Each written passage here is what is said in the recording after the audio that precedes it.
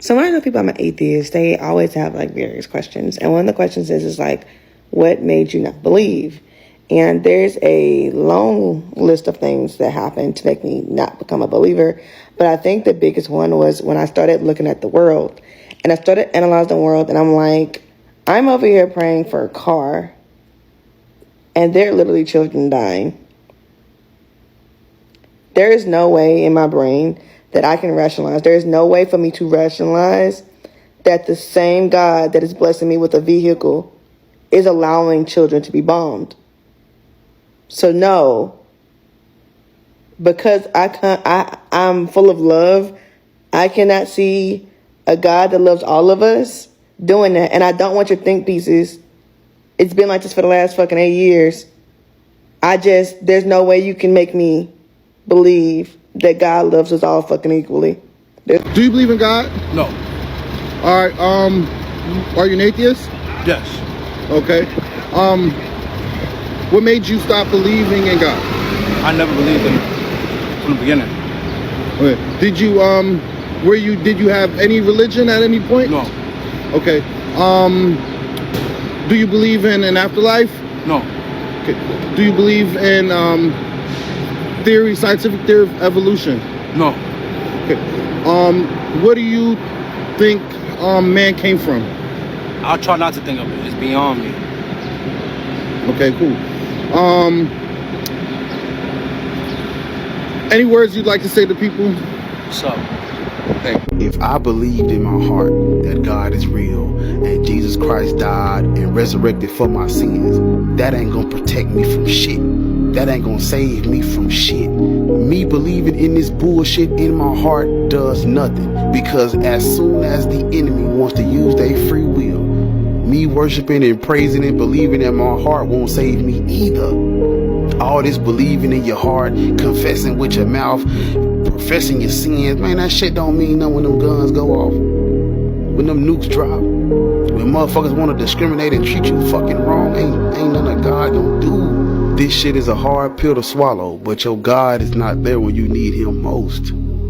So fuck him. I have some bad news for you, which is that I'm an atheist, right? But I do want to have like a conversation about this real quick, because this happens occasionally, right? Like not just on this app, but like in real life to me. Like atheism isn't a very common belief, but in the Black community, the Pew Research Center stats are like around 97% of Black people believe in God or have some form of faith. You know, I literally don't know any other Black atheist like in real life. But what's so offensive about it? Like, I'm someone who generally, as an atheist, respects people's faiths, right? Like, my lack of belief in a higher power has nothing to do with, I have zero desire to like tear down other people's beliefs. I just like simply don't care. I find it interesting and I respect it. But not believing in a God is such like a non-starter and like I can't even associate with you thing for a lot of Black people. And I've like, in my life, found it like incredibly like weird and isolating. Because it's like, I'm not doing anything. Like, my dad's religious beliefs are literally vampirism, and he does not fuck with me being an atheist. This was funny, but seriously, where are all the Black atheists or Black agnostics? You know, where are they? Like, how are you finding dating? Because it does seem like every Black person out there is religious, and I just think it would be tricky. You know, further down the line, I probably don't want to get married in a church, probably don't want to christen my kids. So yeah, where do you find like Black atheists or agnostics? Like, where are they? Tell me. Good evening, everyone. I'm Robert with Defenders Humanity. So I have a PSA for Black History Month. Can we normalize Black atheism? Can we do that? Can we normalize Black atheism? Can we have this hashtag trending, normalize Black atheism? So I need somebody to help me make this make sense. When I say to Christians in my comments, prove that your God exists, prove that he's real, one of the most common responses is, well, look at you and you're breathing, and look at the trees and look at the mountains and look at the stars. That's how we know that God is real. And I'm like, seriously? Have you seen God do any of that stuff? Have you seen God create a mountain? Have you seen God create the birds? Have you seen God create a human? And the answer is absolutely not. All you have is a book that was written by human hands that told you that God is the one who created all this stuff. Your God didn't even write the words himself. He spoke them, downloaded, channeled, whatever you want to call it, to humans. He couldn't even be bothered to write the words himself. It wasn't even like the tablets, right, that had the finger of God, and that's how the tablets of the 10 Commandments were created. He couldn't use the finger of God to write the pages of the Bible. Seriously? All you're going by is a man-made book. How credible is that? Can you make that make sense? I'm a black atheist. And no, I do not need to believe in a God or gods in order to have morals. Just think about it. We already have seen that people were able to murder, to steal, to kill, to destroy, etc., etc. And a lot of them did that in the name of the Lord. I mean, just read the Bible. But as an atheist, I just want to reiterate that it's kind of not productive to go around and killing and stealing. For one, I don't have an enormous bank account to have an attorney or retainer to keep me out of jail. And two, it's just tiresome to constantly be combative with people. Three, you cannot build societies if you're constantly murdering and stealing and disenfranchising. It's best to just be kind and work with one another and actually promote well-being. And you don't need a God to do it.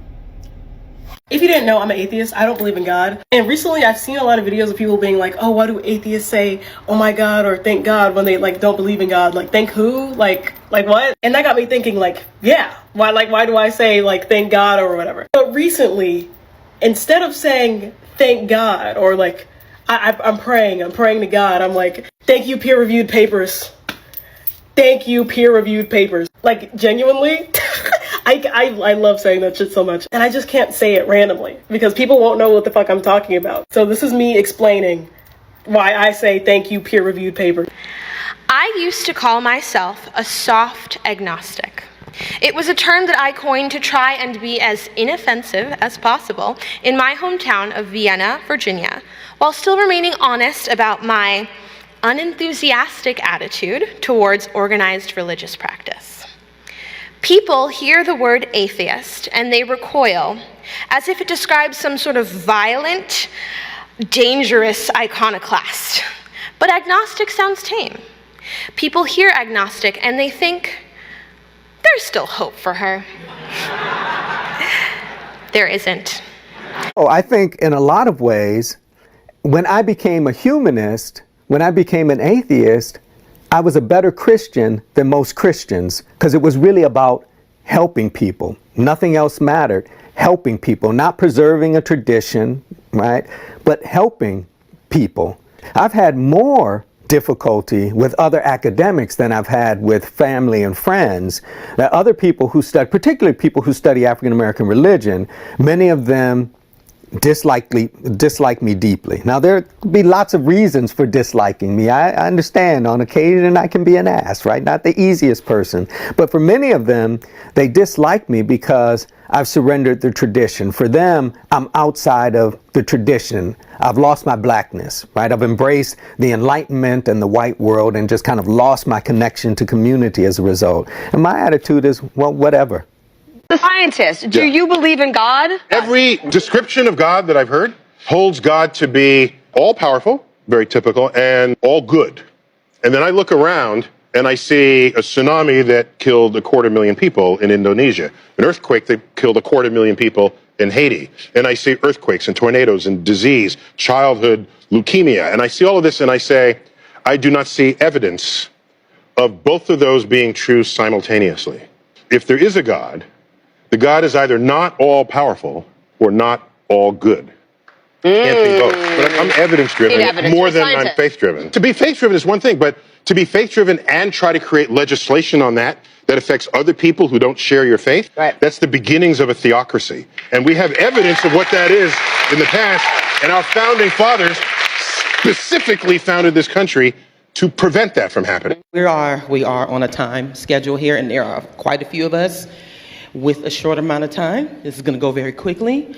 So briefly, I'd like for each of you to tell the audience about your journey out of religion and how you found this community, the secular community. Yeah. Okay, so if you were in my talk earlier today, you heard a little bit about what happened to me. I was raised Jehovah's Witness. I was confirmed in the Methodist Church. I became ordained as an evangelist and a prophetess, and at like 18, 19 years old, and I did all of that, casting out demons and speaking in tongues and praying, fasting for weeks at a time, days at a time. I did all that. And I'll tell you all again, I'll extend the offer. $9.99 gets you a prophecy. And just, see me after the show. And so for me, a big part of becoming an atheist, a non-believer, was a result of just studying. I was going through a lot of things in my life, and my life wasn't matching up with what the promises were, what God and the Bible and my pastor and everybody was telling me my life should look like. It wasn't. And so I thought I must be doing something wrong. And so I just went back into doing more studying, more researching, and I just slowly but surely studied my way right on out of Jesus. and now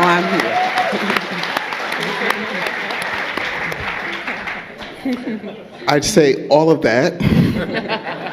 Plus being a black queer man, same gender loving. I was raised Moravian. I'm from St. Croix in the Virgin Islands, so U.S. Virgin Islands, anybody knows where that is. And there was a lot of missionary work that went on down there and throughout the Caribbean, and so you'll find a lot of Moravian churches in St. Thomas, St. Croix, and then Jamaica and a few other places. And when we moved to the States, I continued doing that. I'm a musician. And so in addition to just being trained and playing music all my life, I also played in church since forever. And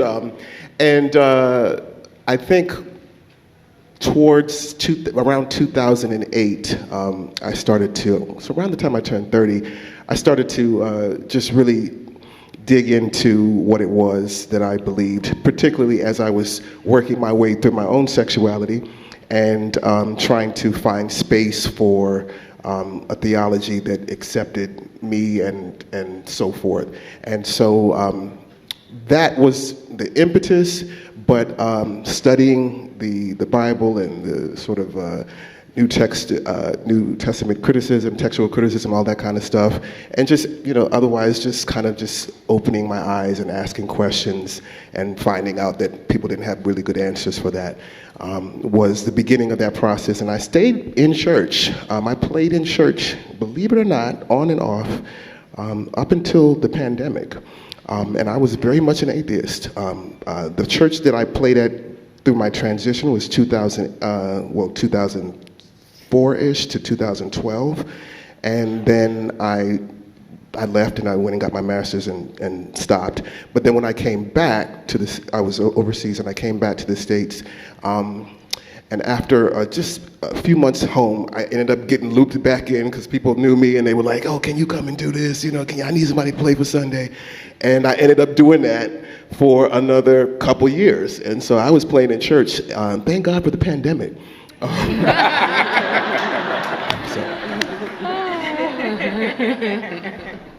Well, I can actually relate to a lot of what both of them said. I'm a musician, and I started out in the church playing, and that was pretty much my life. Like, I actually built a career around music with just gospel music. So as a young age, I started playing for our kids' choir at the church, actually kind of against my will, which sounds kind of funny now that I'm a musician, but the first time I played for the kids' choir, I actually cried because I'm a perfectionist as well. So my cousin asked me to play, and I'm like, okay, but I didn't play the right chord the first time.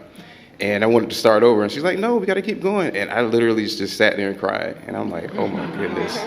So I was already being forced to do stuff then, but I really enjoy music.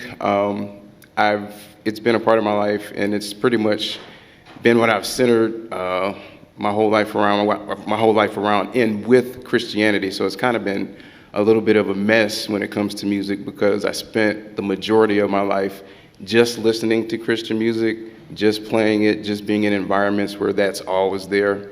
I guess I'm kind of a late bloomer in the sense of where I got exposed to different types of music, just secular music in general. But I would say as late as high school, college is when I really started to actually get into secular music. So I was very much in a bubble. That's the best way I can put it. But once I got to around that age, I started kind of questioning a lot of things, like being in the church and my morals and everything just kind of being taught to me and intertwined with all of that. I didn't really question anything at a younger age. But once I got older, I really just started having questions. And I'm like, well, why isn't this happening in my life? I'm reading this in the Bible, and this is why I'm saying I could relate to a lot of what Candace was saying earlier, was like, my life is not really reflecting what the Bible is saying my life should be. So it's just like, something's not right here. So fast forward maybe 2 years from that, I'm really questioning things now. And I'm in a really deep position in church where I am like the musician for the church. I'm like going to Bible study every week.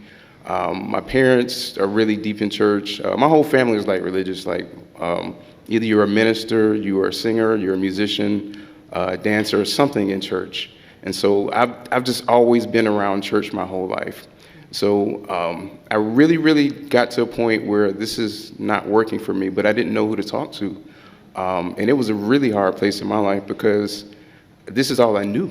I mean, church was all I knew. Like, trying to believe in God is like all I knew. So I kept on trying to do it, and actually pushing more into it is what pulled me out, because I wasn't trying to become atheist, but I was really trying to seek God. I was praying, I was reading my Bible, fasting, just everything. I was really going at it really hard, and I kept hitting a brick wall. And I think the very last prayer that I really prayed was like, God, I need you to reveal yourself to me in a way that I can comprehend, because this is not working for me right now. And so I kept on pushing that prayer, and nothing happened. Nothing happened. Nothing fails like prayer. Yeah, so nothing fails like prayer, like she says. But I did that, and I gradually started backing away from things. And I was noticing that nothing's changing. It's like my life is still fine. I'm not being cursed. Nothing bad is happening in my life.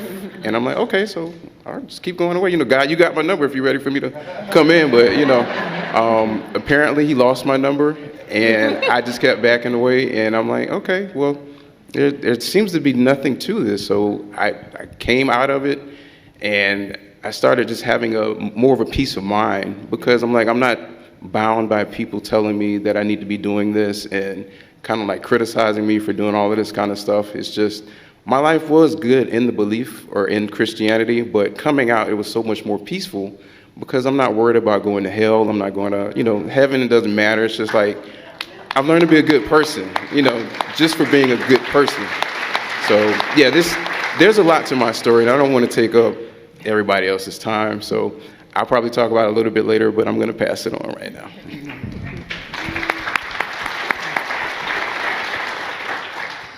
So I was actually raised Episcopal, and I went to college at 18 years old, and I got saved. While I was saved, I found a non-denominational church, and I swear I was getting like prophecies left and right that I'm going to be an evangelist, and I'm going to travel the world, and I'm going to tell people about Jesus and all that other great stuff. And to undercut Candace, I will offer anybody a prophecy for $8.99.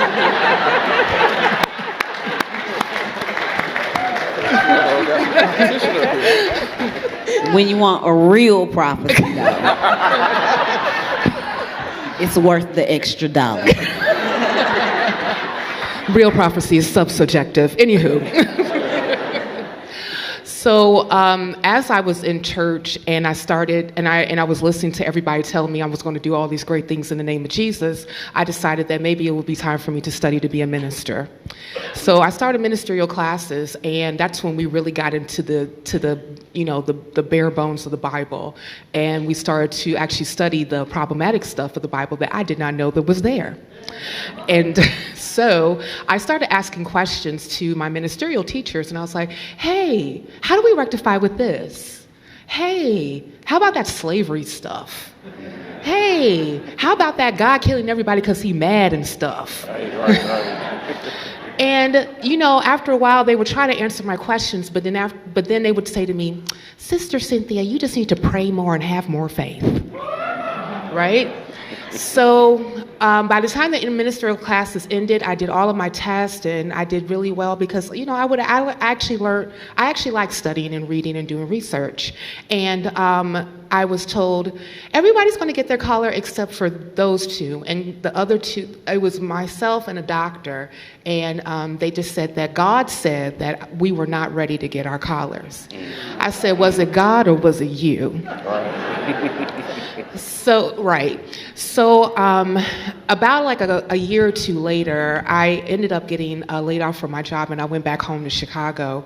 And that's when I started questioning even more about, this whole Christianity thing. And I'm like, I don't really think that it's working for me. So I started exploring other different things. Like I started looking at ancestral worship and crystals and a little Wiccan here and there and spells and schmells and things of that nature. And then I was like, yeah, this is bullshit too. So So I actually was told about a little bit more of Buddhist philosophy, and I actually ended up becoming a secular Buddhist. And through study and research with that, I actually found myself becoming an atheist. Matter of fact, I remember the day that it happened. It was 2018. I was trying to chant, and when I tried to chant, I just started to cry. And the reason why I started to cry is because I realized that God does not exist. And then I cried even more because I was like, but wait a minute, I was actually thinking that God was the one who actually caught me every time that something bad happened in my life. And then I realized that no, that was not God, that was you. And then so I gradually, stopped crying and blubbering all over the place. And then I realized, I said, you know what? Now that I can admit and say, no, I just don't believe anymore, I'm okay.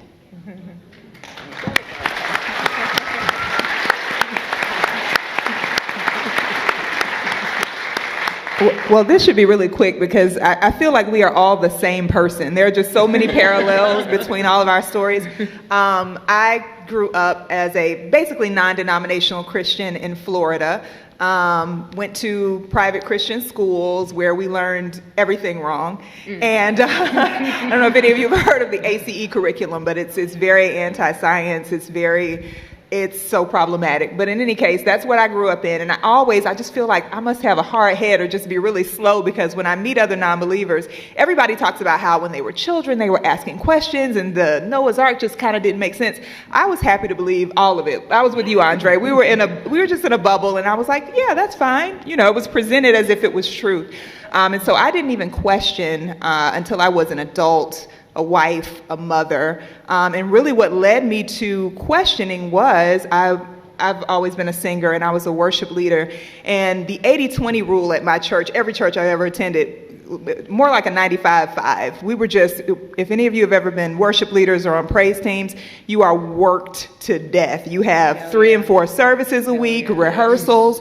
And I'm finding myself with my family, my kids are eating pizza or whatever I can, figure out. I'm not really having time with them, and just so exhausted from ministry, which led me to say, well, that's one prong of it. And the other was, I remember a family member reached out to me because they were having a financial crisis and needed some help. And I had just written a check to my church that didn't allow me to be able to help that person that I wanted to help, because it was one of those, please, you got to give sacrificially. So I did. I wiped everything out to help whatever the cause was at that moment.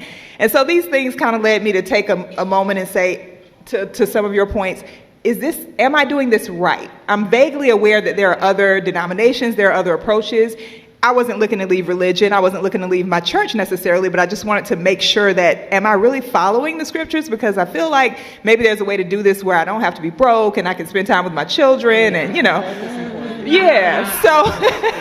So I started studying like everybody on the stage. And once I got over the biggest hurdle was that fear of hell. That was what was keeping me from even really looking into it, because I'm like, I'm going to be turned over to an apostate mind, and oh my goodness, I'm going to be reprobate. Once I got past that and really started, figuring out and looking at extra biblical texts and the history, and I was just like, oh man, I made a pit stop at like deism for like 5 minutes, and then it was like the bottom fell out.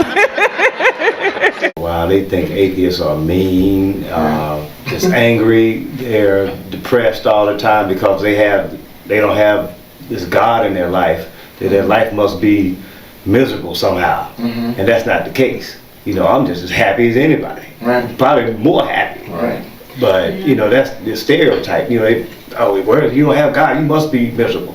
No. Yeah, they also believe that the stereotype is that we're out committing all these types of crimes because we have no morals.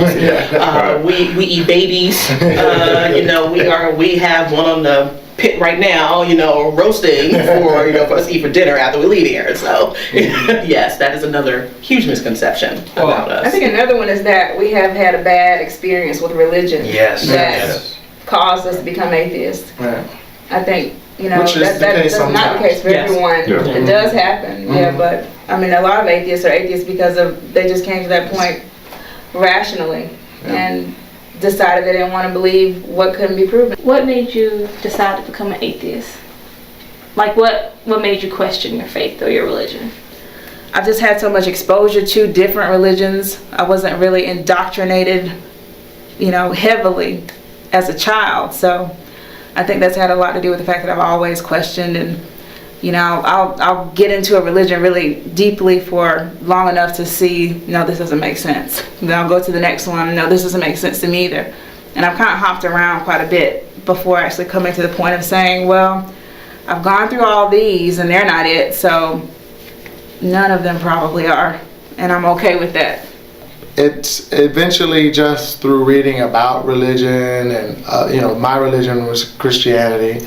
I tried to study more of it, and then I wanted to read about it, and because the base stuff just never made sense to me. When I started reading about it and about other religions, it just eventually got that way. Really, that's about it. Really. Wow. It wasn't, like we discussed earlier, it just was a process. Over time, it started out me trying to find out who I was as a black man, researching our history. And once I started peeling back the layers over time, and then one thing led to another, and before I know it was like, wow, there's no God, because it all falls apart once you start pulling out the layers, and that was it. Like, it happened really like in 1993 when it all just came to a head. I was like, okay, I'm done, I'm out, there's no going back, I'm done. I don't care what nobody says. That's it. Tell me about Black Non-Believers of Atlanta. Black Non-Believers of Atlanta is a secular fellowship that was started in 2011 in January, and it is dedicated to helping bring out more non-believers in the African American community. Benjamin Burchell and I, who is my co-founder, we started Black Non-Believers of Atlanta to help start a fellowship and help create a network for other non-believers in the Black community, and help nurture and support them to come out as atheists and non-believers, and also to create a social outlook for them.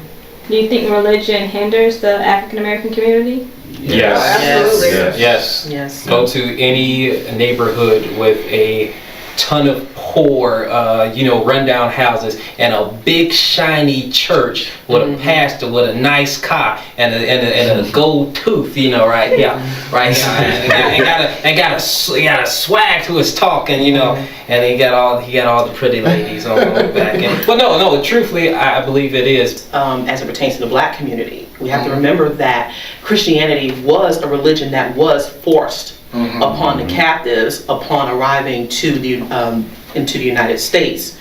So the captives were stripped of their culture and given Christianity forced upon.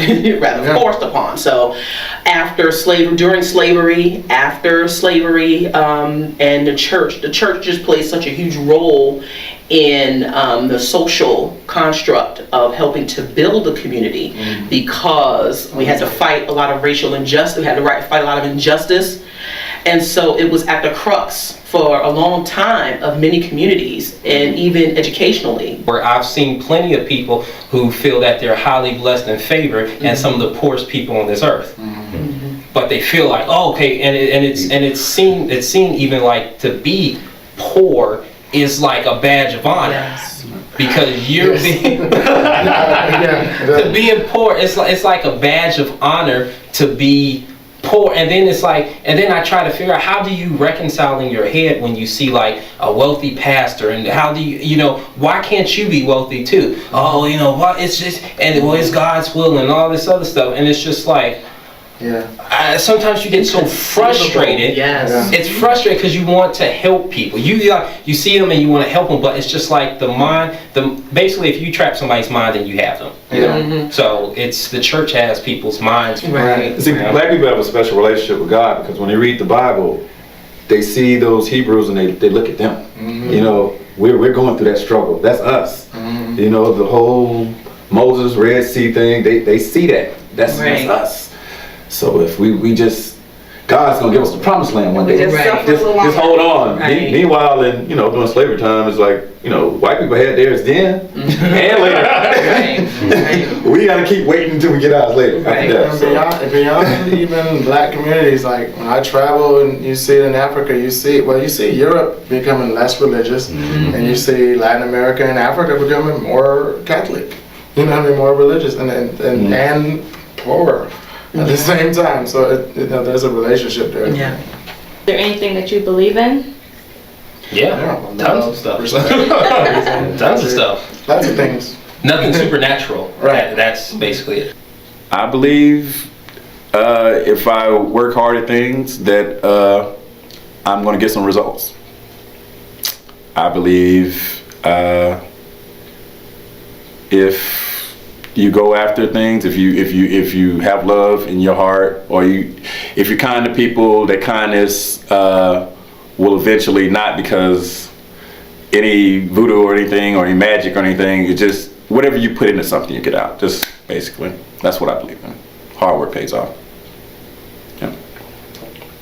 I believe in just human. I believe in us. I put my faith in me, and I put my faith in other people. That doesn't mean I trust everybody. I'm not saying that by any means, but I'm saying humanity as a whole. I believe that we're both our biggest gift and our greatest and our curse too. So I believe, or I try to know as much as I can. I gain my inspiration from all sorts of things: music, television, books, other people that I know have existed, and myself and my children are very much an inspiration to me. So basically, those things that I can see, hear, and feel. Well, people want to know what if we're wrong? What if there is a God? What are you going to do then? But I pose the question, what if there isn't? That means you just wasted your whole life. Live now. Life is short. Be happy. Don't be a slave. What's happening, YouTube? Welcome to the Mr. Winslow channel. I am Mr. Winslow, your host, and today is a day of celebration, realization. The reason I say this is because of, this little book right here. This book is entitled The Black Atheist in America by Jason Wynn, and I do believe that it is a book that is going to revolutionize the black community. Why do you say that, Mr. Winslow? I mean, that kind of sounds like an oxymoron when you say black atheist, because everybody knows that black people can't possibly be atheists. Well, hate to bust your bubble, YouTube community, but there are many black atheists. The atheist movement in America is growing by leaps and bounds. It may be slow starting off, but nonetheless, we are picking up speed and numbers. The reason for this is because we have more people now that are asking the tough questions of their congregation. They're asking those tough questions of their ministers, their rabbis, and their imams. And these so-called holy men of God cannot answer those questions. I wonder why. Well, probably the primary reason why they can't answer these questions is because, number one, when a mind is engaged in critical thought, a mind that is engaged in faithful thought will not endure. A critically thinking mind is going to unravel the BS of a faith-driven mind. How do you know this, Mr. Winslow? You're talking like you're speaking from experience, so how can somebody like you know? Well, share a short story with you. I've struggled with my faith, Christian faith, for 34 years. During this struggle, I would always ask myself, there's no way that Noah could have gotten all those animals on the ark. You mean to tell me that we started from a man, a woman, and a snake? No. I always had questions. A lot of these questions were held inside because I didn't want to make a scene. I didn't want to become ostracized by the so-called family and friends of the church. However, as time passed, those questions grew. The answers to those questions were always in short supply, and the limited horizons were in large supply when I tried to stay in a faith-driven environment. Finally, when I became an atheist, my eyes were open, my mind was open. I'm happier now, and I do believe that I am going to share a lot of what I have learned and a lot in what is occurring in our world community on a day-to-day basis through the black atheist in America. I do believe that the atheist community can benefit greatly from the black atheist in America. Why do you say that? The world is made of several different colors, Mr. Winslow. So when you bring up the black atheist in America, it sounds like you're being racist. No, we have learned that a situation that may be present in one racial group or one socioeconomic group can snowball into another group. Classic example, something that happens in the black community can happen in the white community, can happen in the brown community, can happen in the yellow community, and so on. We have to take that into consideration. The only way we can take that into consideration is if we have a mind that is critically charged instead of faithfully charged. I do believe beyond the shadow of a doubt that we can renew those ties that bind in the black community. We can use critical thinking to elevate ourselves from the tragic and the mundane and the limited horizons into the horizons that are beautiful, into the horizons that are productive, into the horizons that are progressive and not retrogressive. Yes, religion is retrogressive any way you want to look at it. A critically thinking mind is progressive. Progressive means to move forward. Retrogressive means to move backwards. In closing, YouTube community, please take me seriously on this. Critical thinking is what is going to elevate us from the evils of prejudice. It's going to elevate us from the evils of being very combative with your fellow man, and it is going to elevate us from religion, period. Religion teaches you to ostracize people. A critically thinking mind is a mind that is driven by logic. And logic is something that is going to save not only the black community, but the world community. One more time. Fabulous book. Frederick Douglass is on the front cover. He was an atheist himself. The author is Jason Wynn, and the book can be purchased at Amazon. So, definitely keep that in mind. Definitely have a critically thinking mind as opposed to one that is turbocharged with faith. And until next time, YouTube community, peace.